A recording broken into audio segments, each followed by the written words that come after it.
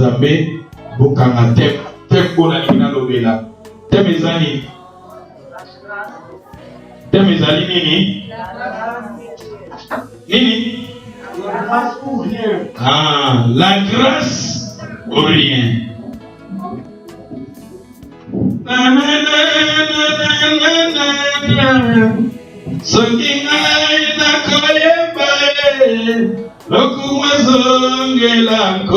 Alléluia. Alléluia a parlé sur la grâce de Dieu. La grâce ou rien. Si nous sommes sauvés par la grâce. L'évangile que nous prêchons, c'est l'évangile de la grâce. Les temps que nous vivons, c'est les temps de la grâce. Et c'est pour cela que je vous ai dit, la grâce, ou rien. Alingala tokolobani ni ngolu ou bien nini? Ah, et l'autre côté. Ngolu ou bien et l'autre côté. Parce que vous voyez, à quel temps on fanda les attaques à ngolu. Parce que les amènent à temps où il y a Adam et Ève. Les attaques à ngolu. Dans les temps d'Adam et Ève, c'était une temps de la conscience. La période où on a Adam et Ève, vous voyez, il y a un moment qui me connaît. Ils ont la période de la conscience. Ça va tchaka, madame, on a bien la conscience là-bas. Nathan Noé, Nathan l'autre, ils ont la temps. Oh, ils ont toujours la conscience. Mais tout le monde, tu es dans Israël, tu es dans l'Égypte, quand tu es dans Israël, tu es dans la période, période, il y a loi, il y a Bibeko. Et après la période, il y a Bibeko, plus tard, tant que Jésus a condamné, et tu comme une période, où tu as période de la grâce. Dis-le, tu as la période de la grâce. Donc, au moment où il y a un saraki colérique, même na tamba Bibeko epoma bana Israël ebele Bibeko. Pour na Bibeko mingi ezalaka libanda. Bibeko ezalaka libanda. Et la grâce mingi ezalaka kati. Pour na Bibeko ezalaka libanda. Zabalo bi osala boyete. Mutu mususu azopanga kosala yango po Bibeko nde mutu esengi. Mais la grâce ezalaka mutu taka comprendre soso kati na ye. Alléluia. Quand on dit que tant d'autres offrandes, tant d'autres permis, tant d'autres amis, et ça tant la grâce. Et grâce que l'on voit comme l'enlèvement de l'église et de Salam. Quand l'église sera enlevée, l'église est un licolo, antichrist à Koyakobima, pour nous dominer. Et la période où on est dans sous période de grâce, parce que grâce est qui est. Tant d'autres offrandes, tant d'autres vivre, et ça tant en molo. On dit na temps en molo, et ça le la temps où il y a Noé. Noé t'a tonga qui masua. Naba ngombe, naba meme, naba ngulu, naba pigeon, naba bata. Bamoni on se va dire au côté de la bamona katanini, il y a masua. Zaki le la temps, il y a grâce à moi. Bibi koye comme mi na temps on a Noa. Iko yapi na koya ya mwana na moto. Alléluia. Na temps autres offrandes des temps ya ngolo. Mtumio soso kaipa sabi. Sababu kwa kaite, même tamasu. Même tamape, au moment bas, au salama kamoni, soko yepa nzambe, zamba koyambayo, aux à la place, parce que Jésus n'a croix au baki, tout est accompli. Alléluia. L'évangile que nous prêchons, c'est l'évangile de la grâce. L'évangile autosimi. L'évangile est résumé par la grâce de Dieu. Ngolou, ou bien l'autre côté. La grâce ou rien. Sans la grâce de Dieu, dans un île, sans la grâce de Dieu, vous pouvez vous sauver. Parce que missionnaires sont tous abattus dans ma sauve. Ça fait ce qu'on sauve, mission. Et l'on a eu ce que tu es bizarre. Le long a eu ce que tu es manicosabe. Le long a eu ce que tu es venu sur le monde. Parce que tu as passé à l'Ikaïna. Alléluia. Tokumba bituna biso, tobonde là, tobana nzambe, alikala kolomela biso tobonde li alléluia. Zambe na ngoya, zambe na bezani ne lokote, tika yo chaki loba, ya bomo ina yo, ochamai, ya molimo kati na biso. Kombo kitoko kombo na Yesu, et tout condamné. Tolobi. Amen. Tofungoli ma Bible na biso na mukali ya biso chapitre 5 verset na sepeli je pense na verset 12. Peut-être Jésus va dire 11 et si Kavalobi alors tous ceux qui se confient en toi se réjouiront. Agoye so bazocheli kia na bamwe pai na yo bakosepela. Agoye so bazocheli kia pa na Nzambe Nzambe apesi biso promesse bakosepela. Alléluia. Ils auront de la allégresse à toujours et tu les protégeras. Nzambe na biso protégeaka. Alors bagoye so bazoko se confier pai na ye bakozala batone sengo. Nzambe kopesa yo sengo mama. Nzambe kopesa ngai sengo. Zamba lui mako bazoko confier pai na ye akotika bamukaka na kolela te zamba komima esengo esika esengo ezate e malobi yakobatela akobatela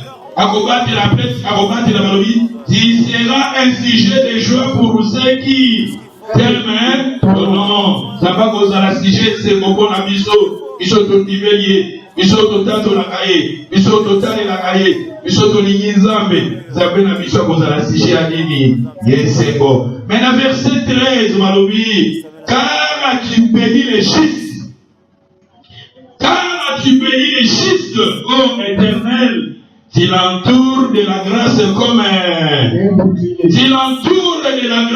un bouclier.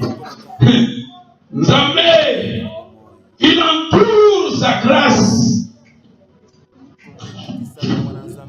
Car tu bénis les justes, ô Éternel, tu l'entoures de la grâce comme un bouclier. Au moins, le bouclier, et dans le bateau Bakundara, je me souviens quand nous allons pas dans ma film, il y a un film, il y a Zulu. On dit ma film à Zulu, ma film à Zulu, et maintenant, nous allons péter ma flèche. C'est-à-dire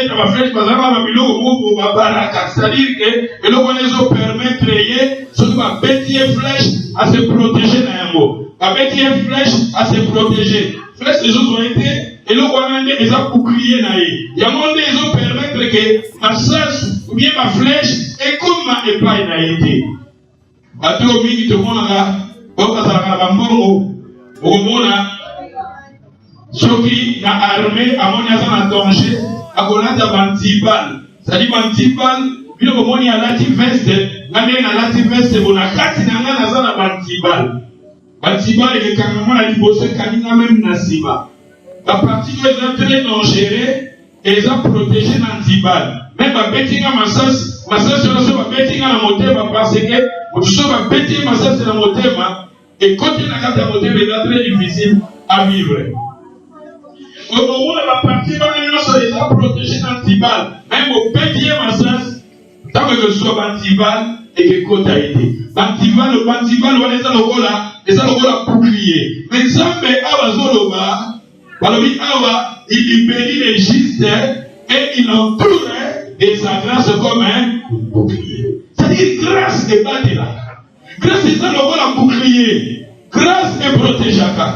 Nzambe abate la raboya ye na nzela ya nini grâce ba juste na juste za mu bikoyo aya bibi Yesu Kristo lokola mokonzi pe mobingisi ne akomi juste za mutu oyo quel que soit ozalaki mutu mabe quel que soit ozalaki mutu oyebaki Nzambe te na bakisi ozalaki mutu oyo omena fina yo pasi ya mabe mais tangu yo ndimeli Yesu lokola mokonzi pe mobingisi osui décision ya koabandonne viwana ya mabe pe ya kolanda Yesu Masia okomi juste. Nzambe parmi awa il bénit les justes et il entoure de sa grâce. Bando qui va aussi bonner pour nous protéger la grâce. Pour grâce c'est ça très important. La zone va ngolo. Ya kufutu senga kabini ngolo. Ya konde que tozote ya mate ya ngolo. La prière na mission de Nzambe ngolo na yo. Nzambe ngolo na yo na binanga. Nzambe ngolo na yo na bana nanga. Nzambe ngolo na yo na bana nanga. Na mwasi nanga Nzambe ngolo na yo na libota nanga. Nzambe ngolo na yo l'église. Ngolo na yo Nzambe. Nzambe yo Nzambe sana ngolo. Mateya otozoteya. Évangile otozoteya. Évangile otolobelanga. Eza évangile ou eza résumé par la grâce. Notre Dieu il est le Dieu de grâce. Alléluia. Parce que Babi Awanzamba batela kabomba kabashiste na ye, bana na ye, na grâce na ye. Grâce est une globalité. Et ça, quand je te parler dans la définition en grâce, dans la grâce, et ça faveur imméritée. Na mérité à côté. Mais ça passe à l'ingangolo. Na mérité à côté. Parce que nous tous, alors nous avons la formation. Et nous sommes privés de la grâce, de la gloire de Dieu. Nous avons à saluer qui sont Ngolo. Ngolo, la grâce veut dire la faveur, une faveur imméritée envers celui qui en est indigne. Pour tout voir ça indigne, pas en mérité, à saluer Ngolo. Comment on appelle cet exemple? Grâce à l'église Kolomalisous. Alors il faut fouiller la banque. Je me souviens, tant que nous sommes en Mokabor. Alors il faut fouiller la banque. Alors on peut se identité moko, la identité là balobi, na se balobi moko qui s'engage na business nes moko te. Azona mazola, on peut se mikanda papier. Na mikanda na papier ba ko commencer qui s'engage na business moko te. OK, on a identité là ko fungula même banque. Au moment où la banque nous a demandé qu'on refuse, ça va monter un papier à refuser. Parce que on qui s'engage dans business pour côté. OK, à l'université pour l'identité voilà quand on s'est alors on s'engage dans business pour côté. Mais moi je me souviens même la identité la seule identité on a plus de 10 ans. 10 ans à identité, tu ne peux pas engager dans business. Mais je me souviens, un jour on a quitté au la compte. Normalement, il fallait faire la quantité. Mais mon toit, il n'y a pas à Salima Golo. N'a pas vérité, parce que papi, on n'a pas vérité, il va faire la compte. Mais il y a fait la compte, il y a besoin de la grâce. Et ça va pas tout sous Makaboloba et immigration. Comme mon fils a dit, il y a une analyse à Monique. Ah, Makaboloba, nous avons ça. Ma passion, mon canard. On va sauver la grâce. C'est-à-dire que l'homme yo mérité, mais pas passion. C'est un homme. On va sauver la grâce. Alléluia. Donc, c'est très important là-bas dans Nzambe. Tout ce qui va Kambolou dans Nzambe, la vie n'a biso. Parce que la grâce de Ngolou, elle n'a pas Kambolou. La grâce de Ngolou, elle a la délivrance. La grâce de Ngolou, elle a la restauration. La grâce de Ngolou, elle a la bénédiction. La grâce de Ngolou, dans la grâce de Dieu, ce que nous cherchons, ça se trouve dans la grâce de Dieu. Donc, en tant qu'un enfant de Dieu, c'est pour cela que je vous ai dit que Dieu ne va pas permettre de parler enseignement. Donc, il ne faut y coller. On est dans la grâce de Yanzam. Pour moi, dans Nzambe, tout ensemble là, nous voulons ta grâce. Seigneur, fais-moi la grâce. Prie, demandez à Dieu de te faire la grâce, de t'accorder la grâce. La grâce veut dire aussi, et ça, je suis dans le faveur, et ça, beaucoup alternative pour la grâce. La grâce est faveur, et ça, la signification. La grâce ou bien faveur, et ça, pour changer le légui à Colobéla. C'est-à-dire, si on a la grâce, on a combien de mots pour faveur. Et ça, on a alléluia. Amen. Grâce, la mérite à côté, grâce, la mérite à côté, la travail à paix, bon à côté. Et ça, on a basali au faveur, il méritait ma paix sur les amours. On ne peut pas gagner la grâce. On ne peut pas travailler pour gagner la grâce. C'est gratuit. Alléluia. Il y a trois périodes. Il y a une période où il y a conscience. Et il y a une période il y a Adam et Ève. Adam et Ève, Zaba Keli Mokili, Adoba Sumugi, Zaba Benani Bango. Période où on a la conscience na mutu. Mutu soka sala ki mabe akoye ba nga partir la conscience na ye. Yama moni tangu, Kayen, Abel, abomi de gona plutôt Kaya abomi de gona ye, azokima, Zaba ko reprocher ye, et reproche wana, et zala ki mingi la conscience na ye. Bana Israël, bana Égypte, bazala ki kosala bakodo, si travail comme on a acheté la loi est zala ki pona ko batela. On est loi, ils ont la battre là. On est la gâte. Oui, même les lois sur les athées, loi est très important. Pour nous dire Boka sans la loi, tout ça n'a pas de problème. On a un malade. Même la gâte pour ceux qui vont dans la loi, les athées la bana. Loi est battue là, c'est bon.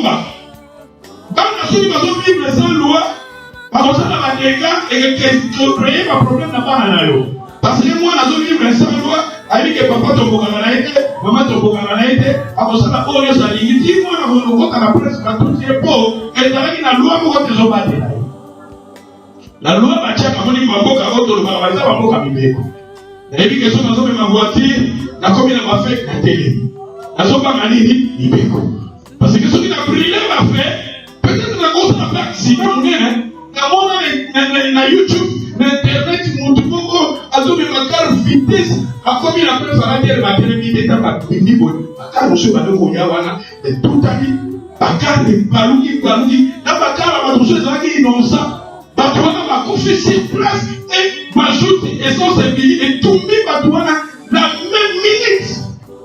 Et ça dit, ça qui est en tout chose. Loi est très important parce que la loi est pas là. Loi ko mutu azobanga mutu te azobanga mibeko. Abibie, tete na pesa exemple. Bato basala neti biso tosala misala ya ke. Na kati ya misala ya ke eza na baloi ebele. Mibeko eza ebele. Mibeko wana ezotinda yo meme oza devant client na yo, oza devant mutu aza malade, ozobanga nde mibeko. Même aux hommes qui sont disciplinés, mais tant qu'on est que ngana za devant muto, on a yeba ndenge na goloba, na yeba ndenge na kofanda naye, na yeba ndenge na kosala naye, parce que ça na mibeko. Donc buki yango okoza na problème. Alléluia. Et bana Israël, ça va tirer kama mibeko pour na kubati na ba, kubomba bango. Et on dit bana Israël ba juif, balobi ba juif esika sur la kena bazala identique parce que mibeko wana ba tirer bango. Et pour déjà la bango, là ça n'a différent, là ça n'a qu'influencé dans la nation sous-soutée parce que Nzamba tchela kabango mibeko et bate la kabango. Alléluia. Quand on voit la mibeko, tout le billet se passe y aller, on a mis son temps à grâce. Tous os vivre même sur ma chrétien, tant que tous os vivre mes temps à grâce. La vie n'a pas mibeko, à Israël, et bien les peuples kufaka, au bateau ça mibeko te, babumaka bango, on a des kufa. Mingi bakufaka parce que mibeko ezaka makasi. Mais biso na tango tozofanda, tango tozovivre, tozana ngolo. Eyango ta grâce. Évangile tozotea, eza évangile ko eza résumé dans la grâce de Dieu. Nous avons besoin de la grâce. Alléluia. Tosenga la grâce nzambe na babi na biso. Tosenga yango na lobi bola na mala. Tozoyekola, tozokende na musindo, eza na makambo ebele. Donc même salutation, voilà na mala. Les épîtres commencent toujours par la grâce de Dieu. Je vais vous montrer mes épîtres. À part les 4 évangiles. Les 4 évangiles, dans l'évangile, ils ont résumé la grâce. Celui qui a le 4 évangiles, tu le Jean, tu le Matthieu, Marc, Luc, Jean. 4 évangiles, voilà l'évangile de la grâce. Tu le vois dans l'acte des apôtres, Misala Mantoma. Tu le vois dans Misala Mantoma. Oh, la livre, on se voit dans les amis, les épîtres. La livre, on se souvient qu'on peut sa salutation. Salutation est basée sur la grâce. Monte qu'on peut sa batumbote est basée sur la grâce. Même ici, ceux qui me facilitent ici, je vais vous montrer que quand on termine, après pitre, pardon, si nous savons la grâce. La grâce, la paix, la miséricorde de Dieu soit avec vous. C'est-à-dire au moment de la salutation, la grâce, la paix, la miséricorde. Pourquoi? Parce qu'on a la grâce. Parce que si on lit la paix, d'abord il faut la grâce. Si on lit la miséricorde, il faut la grâce. Alléluia. Il y a votre vie totale, alors il y a des écoles, au moins ils ont un passage épelé. Même le Nouveau Testament nous bimba. Et le Nouveau Testament nous bimba, comment on a grec, son conseil dit, a commis 170 fois mot grâce. On a mentionné le mot grâce 170 fois. Donc la grâce est vraiment très important. Donc il y a un livre, il y a des épîtres. Les amis, celui que l'on voit acte des apôtres, les livres. Vous la Bible, il y a plus acte des apôtres, les amis. Les épîtres, les amis. Donc, il y a Romains chapitre, dans un examen, où on a un livre en haut, phrase à niveau, bazo bandela mona ko grâce. Ya suka pito bazo silisa. Bazo silisa mona ko grâce. Pour tout le bateau a besoin de grâce. Parmi Romains chapitre 1 verset 6. Parmi lesquels vous étiez aussi, vous qui avez été appelés par Jésus-Christ, à tous ceux qui sont à Rome, sont bien aimés de Dieu, appelés à être saints.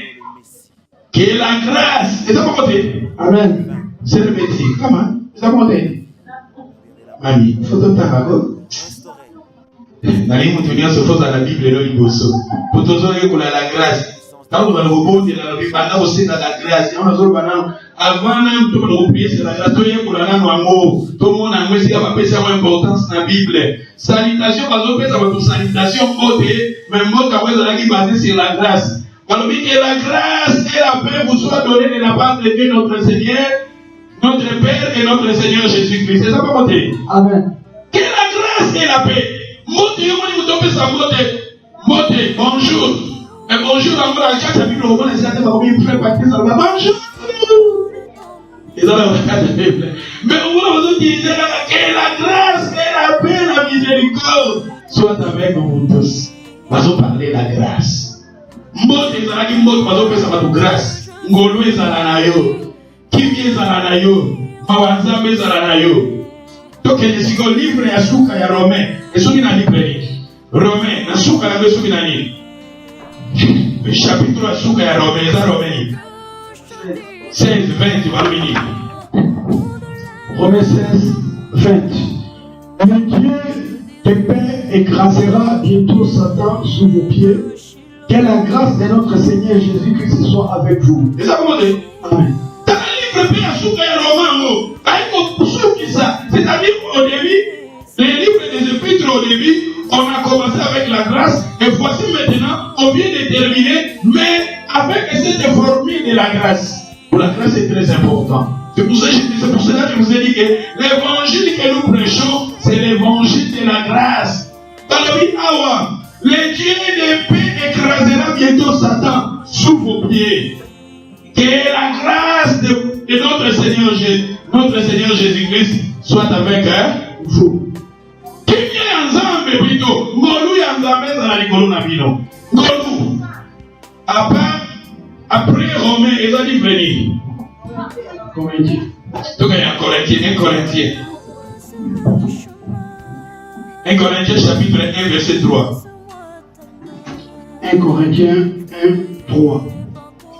Que la grâce et la paix vous soient données de la part de Dieu notre Père et du Seigneur Jésus-Christ. Je rends à mon Dieu des continuelles actions de grâce à votre sujet pour la grâce de Dieu qui vous a été accordée en Jésus-Christ. Thank you.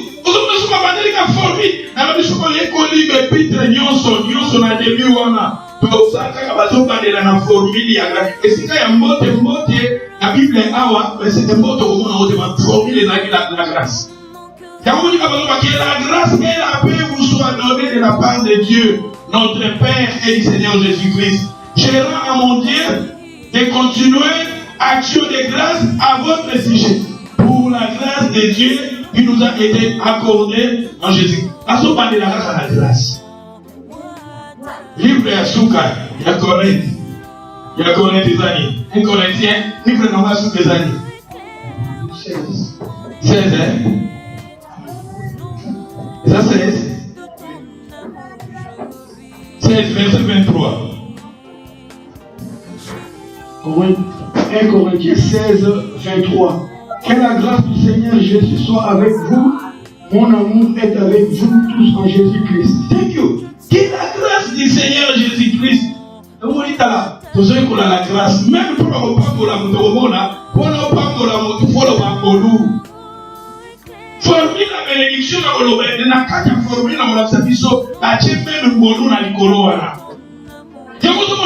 Les épîtres, Nyoso. Même le livre d'Apocalypse, la manière dont on a grâce.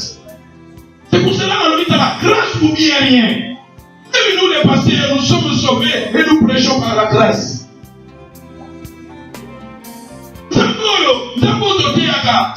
La grâce. Que la grâce et la paix vous soient données de la part de Dieu. Tout le monde a la grâce. Nous allons il y a un ami conférent, quand on va conférent, tout le monde a versé belé. Tout le monde a la classe. Si vous posez la question, vous posez, vous posez question.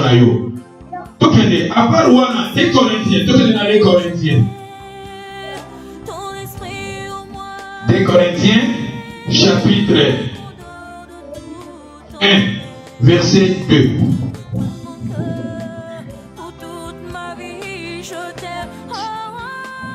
Deuxième épître aux Corinthiens, verset 1, 2. Que la grâce et la paix vous soient données de la part de Dieu notre Père et du Seigneur Jésus-Christ. J'aime la Bible. La Bible. Bible, concordance pour la Bible complète. Ce que le Bible est la paix, on va la macabra. Quand la Bible, on a parlé des saints. Dans l'exception de la Bible, pourquoi on avait la Bible à saint? Au moment où il y a un passage belé, parce que le passage saint. Et on a dit, soit le vidéo pour la sanctification, soit le vidéo pour la paix, soit le vidéo pour la miséricorde, soit le vidéo pour la compassion.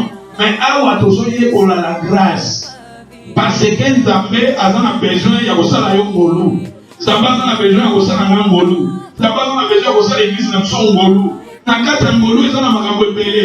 Kimia, bénédiction, élévation, prospérité et fandi na ngolu. Alléluia.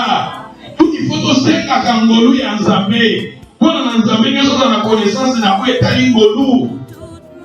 Awa bazoloba awa na lobi épître na bazo pesa salutation formule ya liboso bazo koma pe quand bazo silisa livre ba bandaki toujours koloba grâce. Tokende na livre ya suka ya 2 Corinthiens wana eza livre ni 2 Corinthiens na kana 2 Corinthiens wana totaka siko suka na balobini eza na suka 2 Corinthiens, et souvenez le livre, il y a combien? Le chapitre 13, verset 14. Verset 14, verset 13. Alors, il dit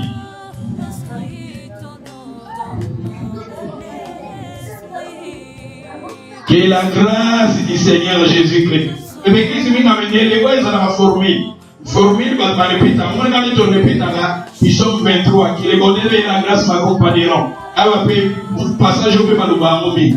Faut si tu as la prière, si tu as un passage.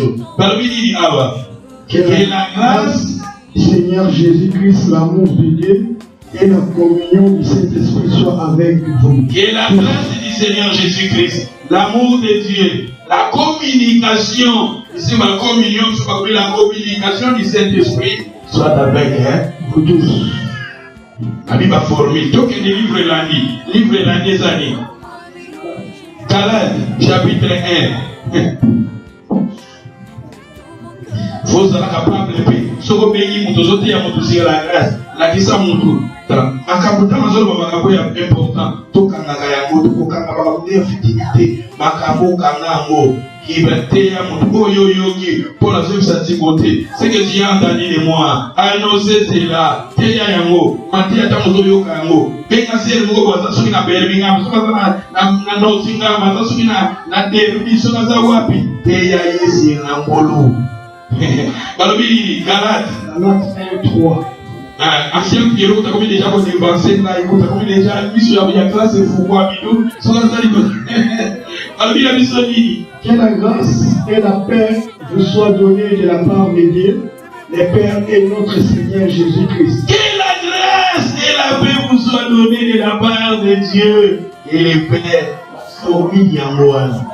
Livre na moi sur Galates, c'est ce que tu dis. Galates combien? 6. 6. Donc les Galates 6. Galates 6. 18. Frère, que la grâce de notre Seigneur Jésus-Christ soit avec votre esprit. Amen. Aujourd'hui, on a Quelle est la grâce? Après Galates, déjà livre de l'ami. Éphésiens. Donc, on est en Éphésiens 1. Éphésiens 1. Chapitre 2, Balobini. Que la grâce et la paix vous soient données de la part de Dieu notre Père et du Seigneur Jésus-Christ. Et la grâce et la paix. Donc, on est dans le livre de Souka. Éphésiens. Éphésiens. Et ce qui est dans le livre de 6. 24. Que la grâce soit avec tous ceux qui aiment notre Seigneur Jésus-Christ d'un amour inaltérable. Que la grâce soit. Nous allons parler de la grâce. Surtout le mot dans Éphésiens, livre dans les années. Philippiens. Donc, on est dans Philippiens 1. La séparation. Verset 2. Notre vécu dans les ménages. Nous allons penser. Que la grâce et la paix vous soient données de la part de Dieu notre Père et du Seigneur Jésus-Christ. Que la grâce et la paix vous soient données de la part de Dieu notre Père. Formule yango, on a déjà une formule la salutation yango. Bonjour. Patrice, bonjour. Au frère, il a raison, il faut que ça va bonjour. Mais dans la Bible, et si quand bonjour, on va dire Koloba, la grâce. Bisous, Nathan, bisous. Et on a qui est là, il a écouté, on va dire alléluia. Alléluia, frère. Oh, moi c'est alléluia. Amen. Alléluia. Alléluia, on a comme moi. Alléluia. Abattu, shalom, la paix. Shalom, la paix. Mais bon, on dit à la formule, à la zone, qui est la grâce et la paix. Quelque part, comme on dit, on va dire sous la miséricorde. Parce que si nous voulons la paix, il faut d'abord la grâce. Si nous voulons la compassion, il faut d'abord la grâce. Nous avons besoin de la grâce. Alléluia. Si nous voulons l'amour, l'amour d'abord la grâce. Et on a mis la grâce pour rien. Donc elle est. Dans le livre à Souka, tu as vu dans Philippiens 1, verset 2, donc elle est sur le livre à Philippiens à Souka. Philippiens le souvenir. Dans 4, verset 10. On dit déjà que c'est fou, on dit, on va continuer dans ce temps, les carreaux, au tenir, c'est déjà tout le dépenser. Que la grâce du Seigneur Jésus-Christ soit avec votre esprit. Que la grâce du Seigneur Jésus-Christ. Et la grâce pour nous. Donc, après, comme le livre, voilà, le livre dans des années. Colossiens. Donc, il est dans Colossiens 12. Ah, déjà, merci Seigneur pour nous déjà vous comprendre la formule. Rendez grâce au Père qui vous a rendu capable d'avoir part à l'héritage des saints dans la lumière. Colossiens.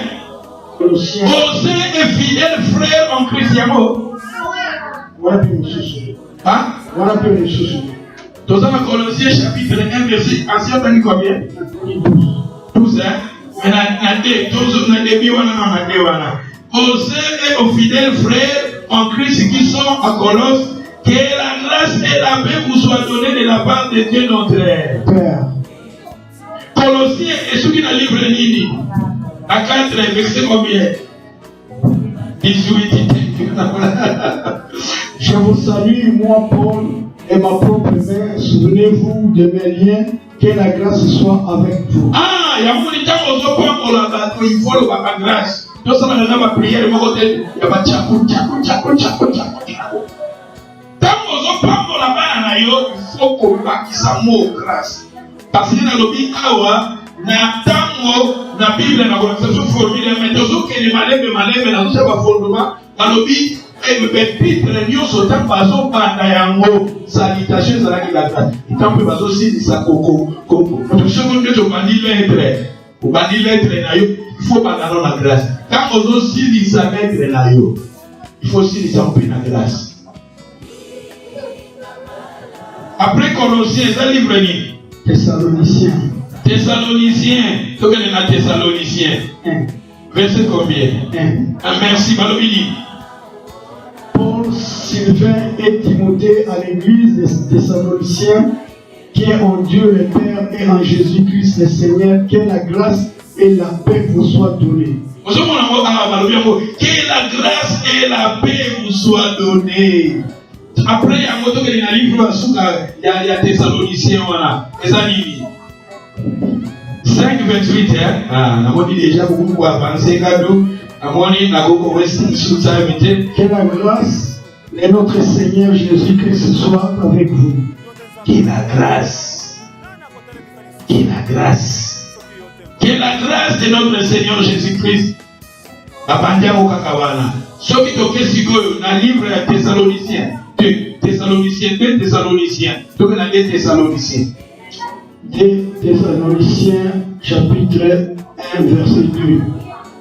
Que la grâce et la paix vous soient données de la part de Dieu notre Père et du Seigneur Jésus. Que la grâce et la paix vous soient données de la part. Alors, on est en formule de salination. Même si on a la comptabilité, on a la comptabilité, on a la cour, on peut tirer à la comptabilité, on a la collège, on a l'examen, avec sénotique. La sénotique, tu as école, n'engagez comme la client à yo. Tant que vous comme la client à yo, ce que vous avez comme client à yo, et ça la formule, moi je vous parle de la lettre à yo. Ce qui peut aussi lisa. Et ça la formule ya shuka yo aussi lisa. C'est-à-dire dans la formule wana, ce que vous avez mutozo comme là, et ça la formule moi ma shuki c'est la kayango. Ce que vous avez mutote yo zo comme là. Et ça fait la formule au basou qui c'est la kayamo. C'est-à-dire que même les autres que l'école, tous les fois, tous les écoles, les bakoma lettre, les babane la les basou qui c'est la ga. Mais à la fin, on dit la Bible awa, ça me paye à ça ndenge na yamo dit ça peut pas ça ordre les autres étaient. Comment dit na maman na peut ordre sali. Ça me paye awa ça la formule na yene ba pesa kwa mote. Ça peut la formule na bango ndenge ni bazo sukisela. Alléluia. Amen. Tozaki na livre ni. Ok na Timothée. Toyekoli na suka na ngwa. Toyekolaki Thessaloniciens. chapitre combien? Hein? Tozaka na Thessaloniciens. Tokani na oya suka te. 3:18 na modi ku déjà ba bali ko avancer na balobi ni nga. Que la grâce de notre Seigneur Jésus-Christ soit avec vous tous. Total déjà. Thessaloniciens. Chapitre 1 verset 2. Tu vois kotanga ki bongo suka na mobotangi. Oui. Poto que le second livre la dit Thessaloniciens zani. Timothée. 1 Timothée chapitre 2. Verset combien? 2. Ah, balobili. Timothée, mon enfant légitime, à la fois que la grâce, la miséricorde et la paix te soient données de la part de Dieu, le Père et de Jésus-Christ, notre Seigneur. Thank you. À Timothée, mon enfant légitime, quoi? Hein? En quoi? À la fois. Mon frère doit dire à la télé, à dire à ceux qui n'a frère avec un autre frère qui est faux. Ça n'a pas été révélé. Écoutez, mon Bible, il faut que vous la Bible va y aller là. Comme si on Paul a zombé à Timothée, ah moi na na ya nini, ya ni pumu, ya ndrai, ya nini. Papa na mulimu ba mate, papa ya foi na mate. Comme si on a Paul a zombé à Timothée mon enfant légitime dans la foi. Ce que dans le vidéo que dans le passage, je vois là Paul a zombé à bateau. Mes enfants. Et c'est belé. Frère, oh non, papa, il y a mon niveau de daddy, daddy. On se confondre, mon daddy et ça, mon honnête. Zamé, ma mère, papa, mais après, Zamé, papa, mais ce n'est pas notre seconde, vous avez un papa. Tu veux nous confondre, et ça, mon Zamé, comme il va utiliser dans Zamé comme papa. À part que papa est Zamé, mais ce n'est pas tout, pas notre boti, la vie de la vie, papa. Il dit que le matin, moi, papa, papa, la vie place en Zamé. Oh, papa, la foi va la rater. Papa n'a pas Zamé, non. Il va tout là-bas, c'est lui, il va te mêler. Bana ya ndeti bino boza nga nazote ya bino naza lokola papa na bino ya molimo nazote ya bino okozala mukolo nanga okozala yaya nanga okozala leki nanga mais quoi c'est très important vous êtes mes enfants dans la foi. Mes enfants pour la lumière, mes enfants dans la foi légitime. Sikoyo mwana olingo bala tokende sikoyo logique ya kwena somme mosiko na bomoto to me mosiko na makamata yo mwana papa boti yo olingo bala okeke ko lingi mobali na yo ngalite takalanga alakashwa bona okosa libala ndenge eza libala libala baloife komisa bana misha bato libala eza kana d'abord na famille. Libala d'abord la famille n'a pas quoi continuer. Même si elle est soulard, même si elle est irresponsable, même si elle est la temps où libala bango bakosala faut pas reconnaître. Non, ba musu kufanya kuzobo takabana 3 4. Ayebi amode. Yo muna batesho yindi na baba. To yebi amopete na ya mokwa. Ekufaka. Alléluia. Bola na nasolo bali siko wana ezana na bomoto to me mo siko na bonzambe yo fandi o yeba ki ba bonzambe te Mathieu na soko te ya bino Mathieu na te biso na suita na mo suita bata suba ko ba bola na bani na ngona ni na hotel Mathieu kubwe Mathieu kubwe azo sa betize zo nga mata ezo nga mata eko zo sa ba mutu mwa pasi eko boye na zo kunda kuna na kanisi Mathieu wana ne wa ko te ya bino wa ko comprendre makamza oyebi la repentance oyebi nini basambela oyebi nini babongela oyebi nini bapamola ça dit na suita investir kati na yo créer un problème pas au batata ko yebi yote soki na Nordinga soki na Ouagadougou soki na Londres pas na télé aya yo monde la zamba yebi ya beauté je vous dis ce sont des choses spirituelles soki na menya moko to na komoto boye à combien plus fort raison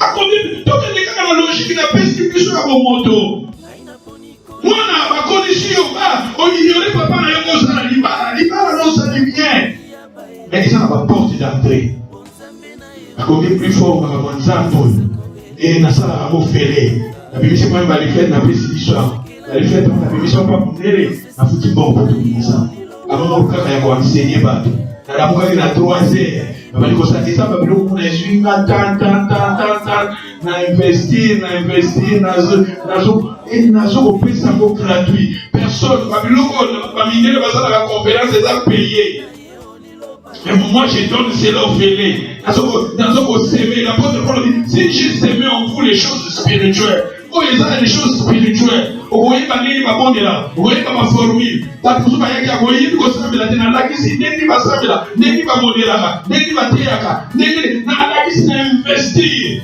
nasali opelo omongo te bibili mpena mwasi nalingi mpe mwasi na yo te nazwi yo mpe mbongo te kreye baproblème po yo zana baye zali nganza mboyo nalakisi yo ngande nazaro yo tozwi révélation ya Pierre.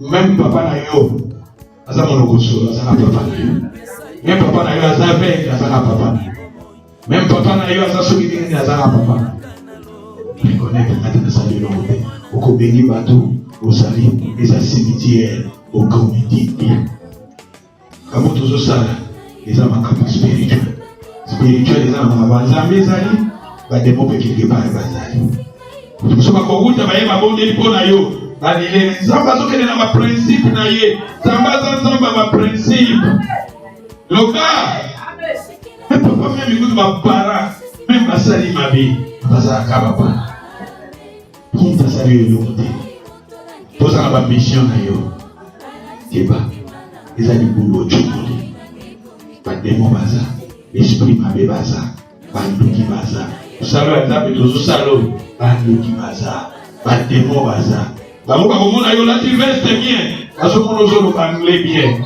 mais bakolinga mpe anglais mona molimo mpe olobaka mpe anglais yango bien je vous dis la vérité ntango bango bakotala yo na miso na bango kindoki bamona mpe protection ezala likolo na yo tout à l'heure. Ils sont là, vous comptez pas tout le vous comptez pas tout le cercueil.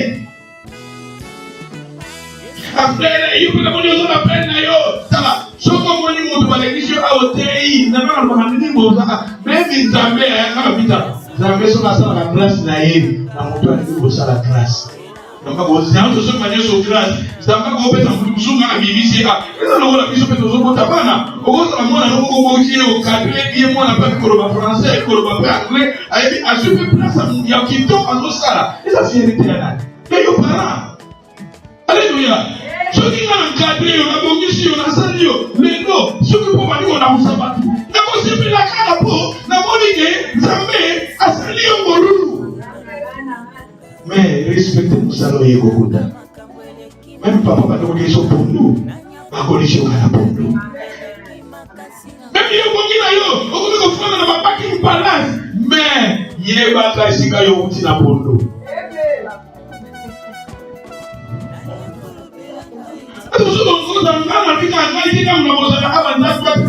Et puis les gens ont la formation, tous formés partout. Mais il faut respecter si quand on dit. Ça va comme on ça pour gagner le midélé. Pour gagner le midélé, pour gagner le Wells, et puis pour 5 000 personnes déjà pas mettre sur le Wells. Mais si quelqu'un a tout dans son campo. Si quelqu'un a tout dans son campo, ce que je appelle Nayo Yaka, la bonne et la bonne Nayo, gloire à Dieu. On va dire au campo de Wells. Pour détruire le chaloté. Pour assumer la Timothée, mon enfant, légitime dans la foi. Pourquoi je vais gagner son enfant? Ceux qui ont traîné mes petits rapports, pour la joie de sa Timothée, quand je fais sa Timothée, ma conseil, à de sa Timothée, c'est que Dieu a entendu les moi. Alors, il a Timothée, ça là, alors il a la oyemi manzela, oyemi enseignement, oyemi façon de conduire. C'est-à-dire, Paul n'a Timothée, Timothée, Fanda Gita. Même il soit à Timothée, voilà la malade. Timothée, tu as pas Timothée. Timothée, papa naye na maman naye, moko papa zakre, mususu atasoki juif. Parce qu'il n'a pas de problème. Entre les parents naye, entre maman, papa, moko azalaki juif, moko azalaki juifité. Si quand Timothée azalaki incirconcis, dès qu'il azalaki incirconcis, par ma juif ezalaki problème Timothée ko côté à terre. C'est pas comme on excès de circoncision. C'est-à-dire pour la joie qui t'a, il y a qu'on former, il y a qu'on a fait pas mais à la qui sont montagnés, mais on a autant de livres, il y a Timothée, on a Timothée, il y a maman naïe, c'est que maman naïe, c'est que papa naïe. Mais pour là où on a fait les chitiers, et là, papa a monté dans les autres côtés, et là, papa a mon livre. Attention, on va ressentir la Guinée, on va ressentir la Lolenge, mais tant qu'on y est, on va dire qu'on comprendre, et ça dit que là, on va dire que maman Zamba. Ce que parents par contre c'est sur la bandera mais on soit qui prétend à l'offrande on y est qu'offrande la comprendre tout le monde a papa na molimo c'est comme on a joie ko baptême na qui na konko sa baptême na zana nous on appelle ça baptême koko c'est la mise sur makasi boy osoko sa baptême osoko sa baptême osoko sa baptême est-ce que baptême va kosa na bango ça veut dire que toujours parmi dans aucun des moments la conférence c'est ça va toujours qui ne va lever toujours qui ne va pas y coller j'ai jamais allé faire toutes les nations des disciples Yesu pour ça il va être un disciple donc il y a un qui va être un bien mais ceux qui va au côté de la fenêtre au camion moi c'est comme ça par le que soyez féconds soyez féconds mais oubliez ministère les amis et ça va bien qui va tout le ministère mais souvent il y a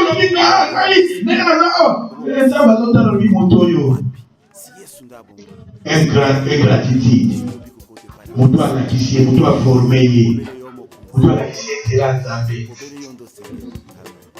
parce que n'a pas voulu topé ça tanata alléluia topé ça tanata na boyebi na bandaki kopesa lisolo ya ngulu botikala na lisolo ya mwana ngulu bebi lisolo ya ngulu mwana ngulu ayebisi mama pona nini monoko molai mama ayebisi epesa ta avec l'état mwana pa komayini ya monoko nini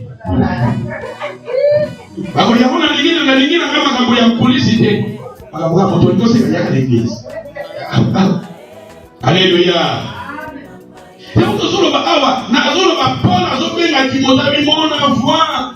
Timothée, mon enfant légitime, en la foi, que la grâce et la paix, la miséricorde et la paix te soient données de la part de Dieu le Père et Jésus-Christ. C'est quoi? Notre donc d'après livre la des années. Donc quand Timothée, on a toute la conclusion à Timothée. S'il te plaît. Il faut on appelle ça choc à bouquet. 1 Timothée 6, verset 21. Dont font profession quelques-uns qui se sont ainsi détournés de la loi, que la grâce soit avec vous. La grâce. Donc, il y a 2 Timothée. 2 Timothée, chapitre 4, verset 22. 2 Timothée 4, 22. Que le Seigneur soit avec ton esprit, que la grâce soit avec vous. Donc il y a 2 Timothée 4, 22.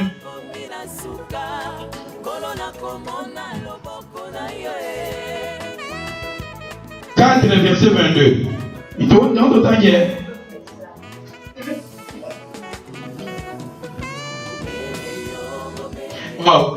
Ezaki na 1 Timothée chapitre 1 verset 2. Ezaki na 1 Timothée chapitre 1 ezaki la principe wana totali déjà suka na ngoma ebi na ngo. Et bien ça 2 Timothée chapitre 1 verset 22 et verset 2. Balbini. Kako totali. Yakote. Balbini. À Timothée mon enfant. Parce que pour la dire Timothée mon enfant. Et comme le Timothée mon enfant. Et l'autre tombé là pour mon enfant aussi.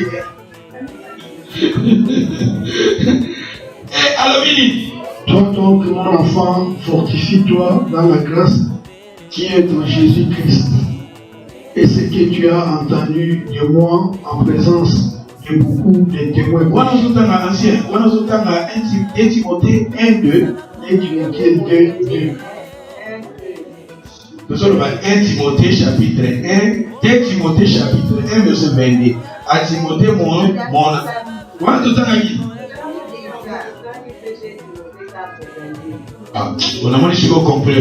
Toi qui n'es pas dans souka, toi qui n'as pas Apocalypse. On a dit c'est autant qu'il y a ma formule, on a mis sur le monde à parler la grâce, la grâce. Toi qui n'as pas Apocalypse, pour toi qui nous tirer l'Apocalypse, dès là où il y a ma chose. Apocalypse c'est 1.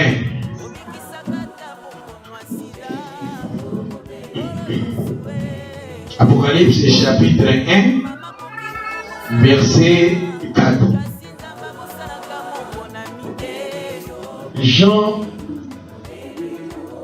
aux sept églises qui sont en Asie, que la grâce et la paix vous soient données de la part de celui qui était et qui vient, et de la part des sept esprits qui sont devant son trône. Thank you. Jean, aux sept églises qui sont en Asie, que la grâce et la paix vous soient données de la part et données de la part de celui qui est et qui était et qui vient. Que la grâce et la paix. Et la formule, il y avait plus de nuances. Sauf quand on a ébrédé, au moins on a ébrédé ce côté qu'on a débité, il y a côté. Mais dans ce cas, il y a ébrédé, il y a la grâce. Mais il y a plus de nuances. Pierre, au moins, un Jean, déjà, nuances, on la paix, parce aussi ça a la grâce. Apocalypse, il y a Souka, livre de Souka, chapitre Souk, 22. 22 combien? On m'explique, on m'a dit. Alors, il dit que la grâce du Seigneur Jésus-Christ soit là. C'est-à-dire la grâce a vu former une salutation mode, peut clôture, il y a un épître de sur les alliés basés sur la grâce. Mais si vous entendez la Bible, vous pouvez pas dire que ça va de grâce. Ça va de grâce, mais à part les hommes que ça va de grâce, vous pouvez pas ça va de grâce. C'est-à-dire que vous avez à saluer grâce. Au moment de ce côté de la Bible, expression faire la grâce ou bien faire quelqu'un une faveur, et ça peut épeler la carte à la Bible. Donc, il y a des choses qui sont livre à Genèse chapitre 30, 39, verset 4.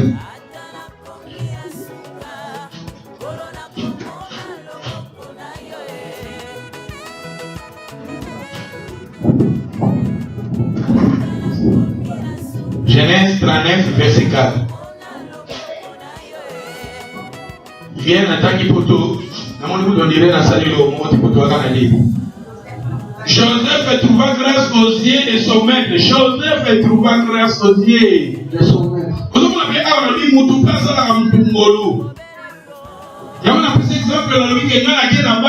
la banque normalement incapable pour l'identité de la compte. La grâce. Partout la grâce. Yamo, il faut que c'est la grâce. Yamo, on dit David, il a la grâce et la le bonheur et la grâce. David a déclaré la vie. Tout c'est la grâce en Zambie. Parce que c'est la grâce en Zambie. Je me souviens quand on la ville, la tombe, la ville, la ville, la manager,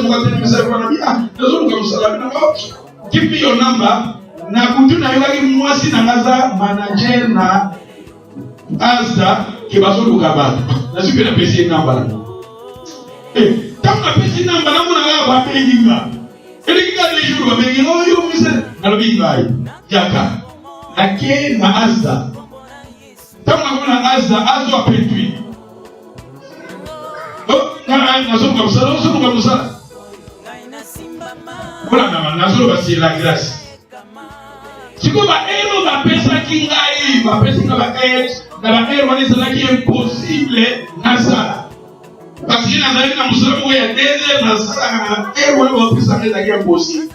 Quand si ma vie, vraiment, et ça va là, monter. Quand si vous avez tout dans le milieu, il y a des choses à errer. Dans ma vie, dans le Kende, Fanda Kanisa, Bengabiso, pour Biso Tolimosa, la héros. Kasi kwa zongi ana bisi mamespeka mabenga na ngati na msepena na biso na hiyo zo ngolo wako no mwende kwa fumuli leo kwa msoso tanto zuso la ona mahomo babengi nga babine yaka obala musiyo olobeke ko kanisa na ma na bime ba ero opesinga vraiment eza penza malamu te na moni esimbati bango batuni na siko yo linyo salaka nini.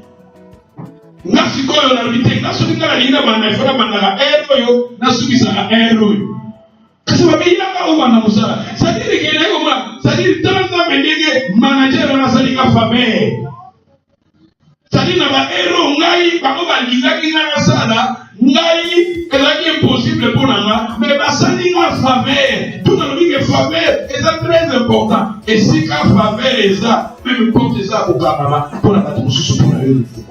Amen. Alléluia. Amen. Na faveur, comme son manager, na faveur, la faveur élégante. Tous on a besoin de faveur et endamé. Parmi eux, Joseph était trouvé grâce aux yeux de son maître et lui employa à son service, mais David sur sa maison et lui confia tout ce qu'il possédait. Oh, nous avons possédé qui, après ce qui va le mieux par la verset 21. L'Éternel vit avec Joseph et il étendit sur lui sa bonté. Et par le mini, il est mis en faveur aux yeux des chefs quoi? De la prison, c'est-à-dire Joseph, Zambé, bateau bazalaki liboso na ye, bakonzi bazalaki liboso na ye, Zambé asimbi bango baspesa Joseph ni faveur. Obi la sous-faveur ezolanda yo koyeba même anglais ba commission superviseur, ba commission manager. Okasi awa même na prison Joseph akomi nani? Akomi mokozi. Même na maison ya Potiphar. Joseph na maison ya Potiphar. La grâce la grâce elandaki ye. Parce que la maison ya grâce Nzambe na nabiso. Pour la maison ya grâce Nzambe na nabiso partout. Pour la maison ya grâce, on a donné la grâce pour rien. Alléluia. Totanga. Genèse 42, verset 21.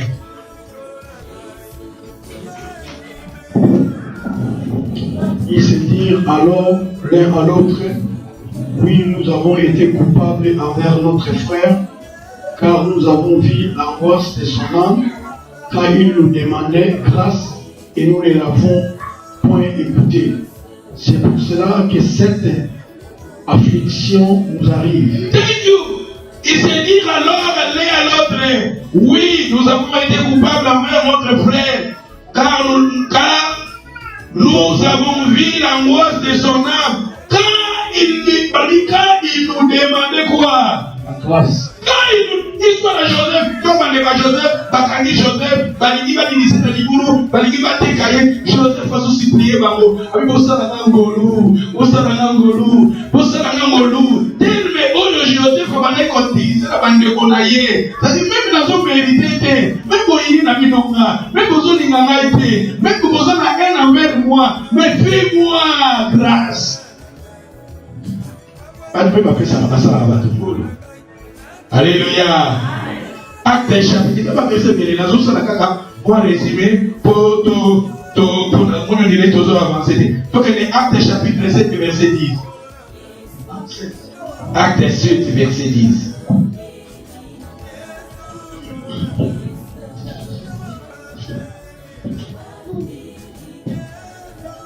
Acte 7, 10. Mais Dieu fit avec lui et le délivra. Bien. Et le délivra de toutes ses tribulations et lui donna de la sagesse et lui fit trouver grâce devant Pharaon, roi d'Égypte, qu'il établit gouverneur d'Égypte et de toute sa maison. Thank you. Après on parlait là sur Joseph. Au moment où Joseph dans la maison à Potiphar, Potiphar accorda à Joseph la grâce. Même Joseph n'a pas été en prison. La prison où on a dit que Zamba s'est dit qu'un molou. Il faut soit un bateau parce que voilà.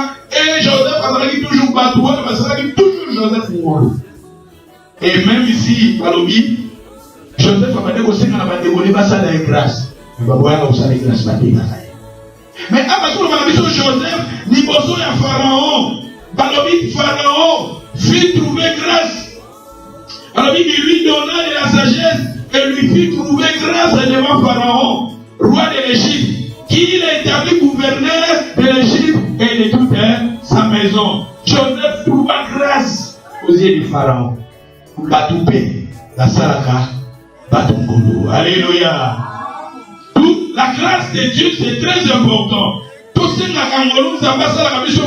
grâce n'est partout. Nous avons besoin de la grâce de Dieu. Il y a un qui se dit donc il y a Genèse 6, verset 8. On m'a dit à tous les gens, tout le monde a dit 18 heures. Il y a une conférence, c'est ça. Ça dit toujours qu'il est malé, mais toujours tanga, toujours qu'il est pour donner pour la connaissance. Alors, mais Noé trouva grâce aux yeux de qui? Noé trouva grâce aux yeux de l'Éternel. Maintenant ici, c'est Dieu qui fait la grâce à Noé. Et là-bas, je vous ai montré que c'était des gens qui faisaient aussi d'autres personnes la grâce. Et maintenant ici, c'est Joseph plutôt. La Bible nous parle maintenant, c'est Dieu qui a fait la grâce à Noé. Alléluia. Notamment Moïse. Genèse 19. Et ça pour l'autre ici, peut-être déjà l'autre. Je pense que c'est l'autre. Genèse 19, verset 19. Voici, j'ai trouvé grâce à tes yeux et tu as montré la grandeur de tes en les observant, à la finale, avant que les grâces paquets et le vérité. Voici ce qui vient est assez proche pour que je lui et le Tu peux même lire le verset 21. Et lui dit, voici, je t'accorde encore cette grâce, et je ne détruirai pas la guérison du tard. Thank you. Voici, j'ai trouvé grâce à tes yeux, et tu as montré de la grandeur de la miséricorde à mon égard, en me conservant la vie. Mais je ne puis me sauver à la montagne avant que les désastres m'atteignent. Et je le férirai. Et il dit dans le verset 21, il dit, voici, je t'accorde encore quoi? Cette grâce. Ah, l'histoire à l'autre. Ça peut être qu'il a détruit Sodome et Gomorrhe. Mais Zamba Salaki dans l'autre grâce. Il va détruire Batunioso, mais l'autre va épargner qui. Et ça me met même sur l'autre. Si l'autre ça ne veut pas dire qu'on détruit à cause de toi. Je te fais la grâce. Qui est la ville de Wana? La ville de Wana. La ville de Wana. Et on a le la grâce pour rien. Et si quand ça va courir qu'on passe, et si quand ça va courir qu'on bombe, et si quand ça va courir qu'on détruit, mais quand il y a la grâce, ce qui nous a pas ça dit grâce dans mon dos. Nous avons besoin de grâce en Zambé.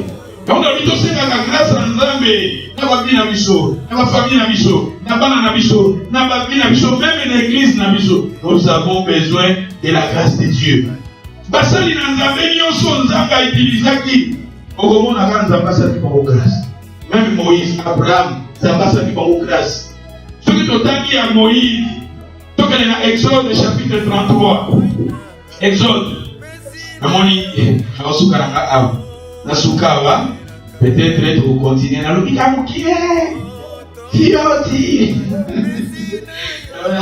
avec une conférence, et ça me dit c'est-à-dire les actes très importants pour mon côté. Moi, mon opinion, c'est que c'est une grâce, tout c'est la grâce. Alors, il dit, Exode chapitre 33, verset 12. Moïse dit à l'Éternel, voici, tu me dis, fais monter ce peuple. Maintenant, la joie pour la Babylone.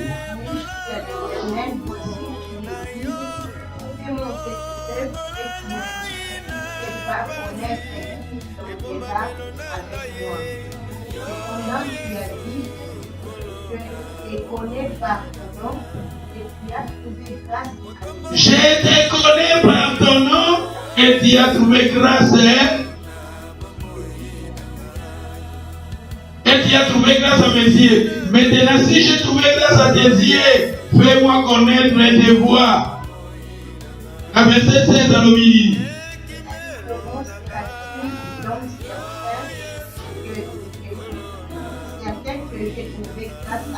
Comment serait-il donc certain que j'ai trouvé grâce à tes yeux?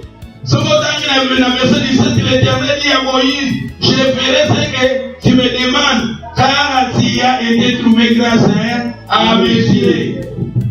Ce qui nous tient à 19, l'Éternel répondit, je ferai passer devant toi toute ma bonté et je proclamerai devant toi le nom de l'Éternel. Je fais grâce à qui? Je fais grâce. Et miséricorde à qui?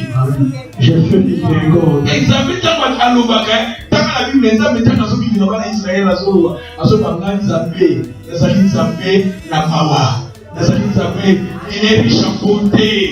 Il est riche en bonté, en miséricorde. Et il fait grâce à qui il peut faire.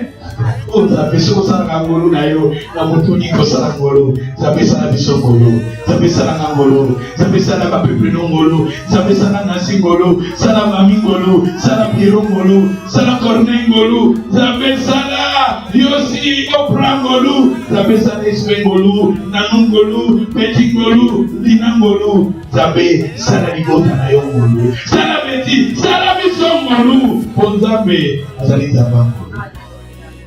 Alléluia. Et ça va passer chez Bélé. Dans le niveau de la logique à Mouki, là, tu viens en conférence. Nous avons besoin encore. On a besoin encore. Développe aussi des aspects encore. Matthieu, tous autres, ils ont payé encore. Zabé a besoin d'un encore. Tous avons besoin encore. Nous avons 24 hours. Natala Nangolo. Zabatala Kamasuma Motote. Y'a venir en Molote. Nous avons médité. Nous avons perfection. Nous avons rêve. Nous avons manquement. Nous avons tomboki. Sokotali, nazana bien ma benzabe, nazo mérité, benzabe. Donc nazo senalayo, salamangolo. Salamangolo papa. Nazo mérité, mais salamangolo. Salamangolo. Zambeli na prière à batoyo, babikiti se pas na ye bazo senangolo. Souvent la conversation na Bible pour nous appeler prière à mutoyo kama. Zambeli kita ozo kusama na ozo na ye, kobeta tolote. Taïboye, il y a pas de temps, le banzabé n'a pas mérité, mais n'a pas besoin de mourir. Ça me va, n'a pas mérité, mais tout ça n'a besoin de mourir. Foyer n'a pas mérité, n'a pas besoin de mourir. Zambé n'a pas mérité, papa, et ça n'a pas mourir. Zambé n'a pas mourir, c'est pour ça n'a pas mourir. C'est le Dieu qui fait la grâce, Seigneur, fais-moi la grâce. C'est pour ça, en tant qu'un enfant de Dieu, en tant qu'un peuple de Dieu, celui qui est sauvé, et nous sommes sauvés par la grâce. Et c'est là le vient pas des noms, c'est le nom de Dieu. C'est pour cela la ligne de Cognos, Kumba Mutunayo, c'est l'angolo Nzambe, la vie de Dieu. La vie de Dieu, la vie de Dieu, na libala na yo, c'est l'angolo Nzambe. La vie d'angolo Nzambe, ça va pas révéler. La vie d'angolo Nzambe, ça va révéler Fanny Nangolo. Il y a aussi l'angolo Nzambe d'abord. Le Banzaba, c'est l'angolo. Je vous ai dit, la grâce pour rien. Demandez la grâce de Dieu dans ta vie. Demandez la grâce de Dieu sur tes enfants. Demandez la grâce de Dieu sur ton mari. Demandez. Et là où il y a la grâce de Dieu, Dieu ne regarde pas nos faiblesses, nos manquements, nos péchés, mais il nous accorde la grâce. Si ce Dieu-là avait fait la grâce à Noé, si ce Dieu-là avait fait la grâce à Moïse, et la Bible nous dit quand bien il se lève, et il dit je suis le Dieu qui fait la grâce à qui je vais faire la grâce. Et si Dieu il fait la grâce à celui qui lui fait, le Seigneur peut aussi t'accorder la grâce. Demandez à Dieu, à sa langolo, à sa vie na yo, à sa foyer na yo, à sa mobali na yo, à sa bandeko na yo, papa na yo ngolu na ligne de Godionso. Bonne la dose na ngolu na Nzambe, to bonne dia, alléluia. Et d'abord